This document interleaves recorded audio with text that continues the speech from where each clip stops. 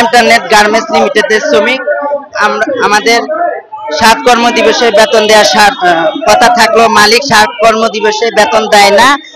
আমরা 10 কর্মদিবস পর্যন্ত অপেক্ষা করছি বেতনের আশায়। 11 কর্মদিবসের সময় আমরা মালিকের কাছে জানতে চাইছি আমাদের বেতন কবে দিব। মালিক বলছে যে 13 কর্মদিবসে বেতন দিব। তা কথা বলে আমাদের 11 তারিখ লাঞ্চে ছুটি দিয়ে দিছে, বলছে যে 13 তারিখ বেতন পাই যাব। রাত 11 তারিখ রাত্রে মোবাইল মেসেজের মাধ্যমে আমাদেরকে নোটিশ দিয়ে সাসপেন্ড নোটিশ পাঠায় দেয় 68 জনকে। আমরা শুধুমাত্র ট্রেড ইউনিয়ন করতে চাইছি বিদায় আজকে আমাদের এই সাসপেন্ড সাময়িক বরখাস্ত, এমনকি জুলাই মাসের বেতনও আমাদেরকে দেয় নাই।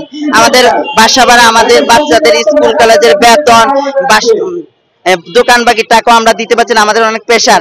আমরা যখন মালিকের কাছে জানতে চাই, মালিক বলে এভাবেই চলবে আগামী বছরও, এভাবে করলে করো, না করলে নাই। এমনকি মাতৃত্বকালীন যে ছুটির টাকা এটা কিছু জনকে দেয় শুধুমাত্র বায়ার অডিটকে দেখানোর জন্য, বাকি লোকদের দেয় না। সার্ভিস বেনিফিটও একই, 2-1 জনকে দিয়া বায়ার অডিটকে দেখায়, বাকিদের দেয় না। এখানে বৈষম্য করা হয়। শুধুমাত্র আগে ছেলেদেরকে, এখন ছেলে নেয় না, শুধুমাত্র মেয়েদেরকে নেয়। নেওয়ার সময় সুপারভাইজার, ইনচার্জ, পিএম ঘোষ নেয়, যারা ঘোষের টাকা দিবে তাদেরকে চাকরি দেয়, অন্যদের দরকার আমাদেরকে বের করে দিচ্ছে। আমরা চাই আমাদের চাকরি পুনর্বহাল চাই, আমাদের বেতন চাই। আমরা যেহেতু ট্রেড ইউনিয়ন শ্রম আইনে বাধ্যতামূলক, আমরা ট্রেড ইউনিয়ন করতে চাই। এই জন্য কলকারখানা অধিদপ্তর সাত এবং শ্রম অধিদপ্তরের কাছে আমাদের আবেদন, আন্তর্জাতিক আইলো বেটার ওয়ার্কের এখানে আইনে লয়ে আছে ট্রেড ইউনিয়ন বাধ্যতামূলক। সুতরাং বেটার ওয়ার্কের স্যারদের কাছে আবেদন, যেহেতু আপনাদের আইনে এটা আছে, আপনাদেরকে সবাই সমর্থন করে।